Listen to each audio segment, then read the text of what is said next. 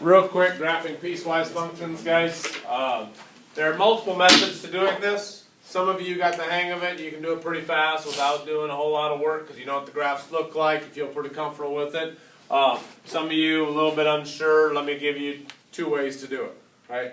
First of all, the way that I know works for everybody is making a table of values. Okay?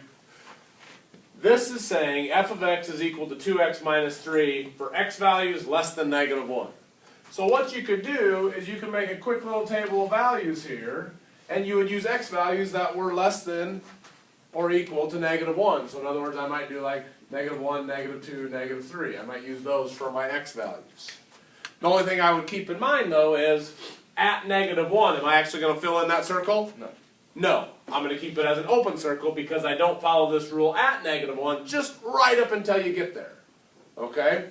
So I'm going to make a table of values with x values that are less than or equal to -1, but I'm going to remind myself to keep this one as an open circle.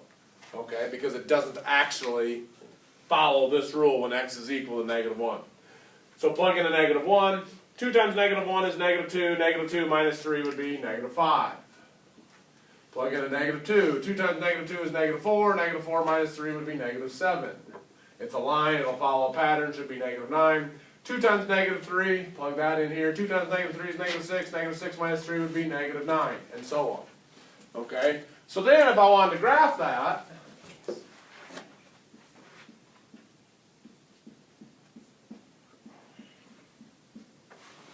-1, -5, open circle. -2, -7, -3, -9. Okay? There's that part of the graph. Okay? Some of you don't do it that way. That's fine. Okay? But I'm showing you a table of values method way to do it. Some of you just look at the graph and say, okay, well, the y-intercept would be -3, so I'm going to go down 3 right here. And my slope is 2, so from there I'm going to go up 2 over 1, up 2 over 1, or down 2, left 1, down 2, left 1, down 2, left 1, and you end up hitting all these points. But then you know you erase all this part, you put an open circle there and you draw it to the left because we know we only graph this line for x values that are less than -1. Okay? Then to graph the next one, what will I use for my table of values? -1, 0, 1. -1, 0, 1. X values that are greater than or equal to -1. So start with -1, plug it in. Opposite of -1 is 1, plus 5 would be 6. That'd be 5. That'd be 4. Okay? So -1, 6. Is this going to be an open or a closed circle here at -1, comma 6? Closed. Closed because we do follow this rule for x values that are equal to. So -1, 6. 0, 5. 1, 4. And I'd just keep going that direction. So there would be my graph. Okay? Could you have just used this as your y-intercept and this as your slope and then graphed it for x values greater than or equal to -1? Absolutely, you can do it that way. But some people really like the table of values, especially when the functions get a little bit more difficult. Questions on that one?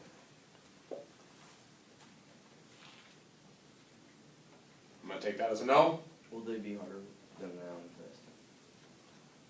They will not be harder than the ones you see up here. Yes, Austin. How did you determine your x values? By this part right here.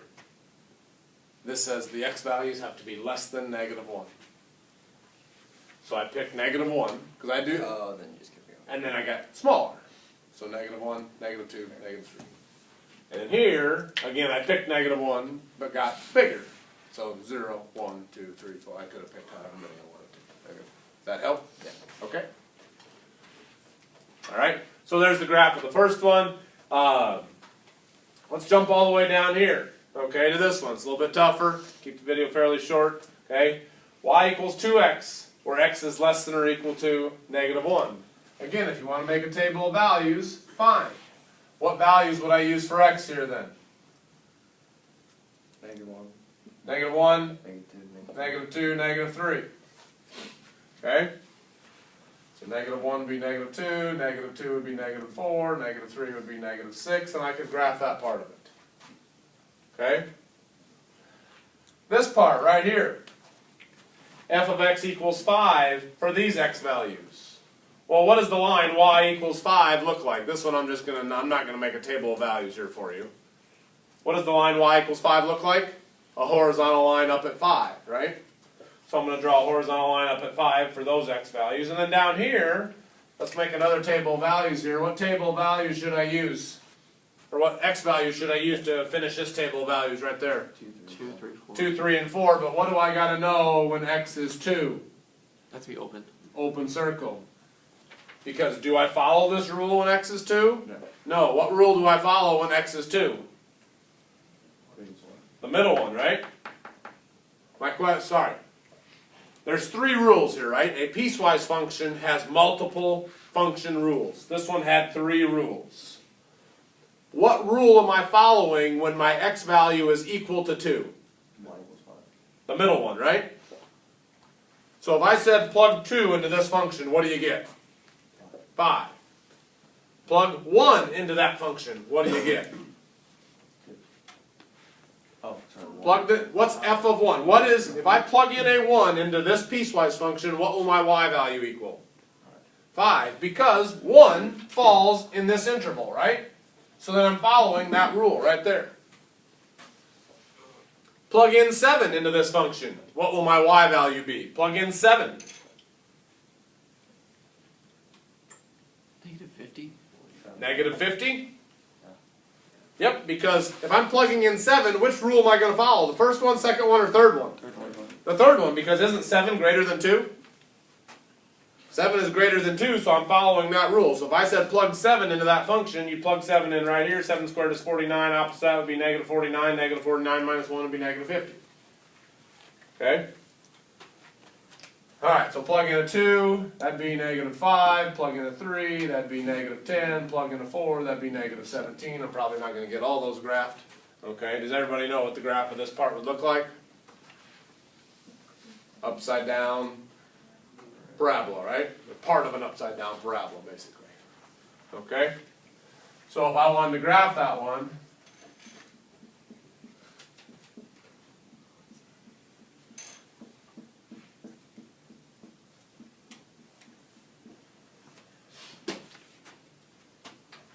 so -1, -2,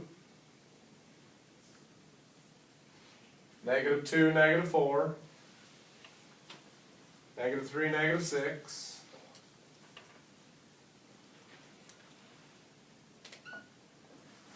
So there's that part. Okay. Does it look right? Do I have a slope of 2? Yep. Does that line have a slope of 2? Is it up 2 over 1, up 2 over 1? Would it pass through the origin if it continued? Yes. Yep, because the y-intercept 0. Good.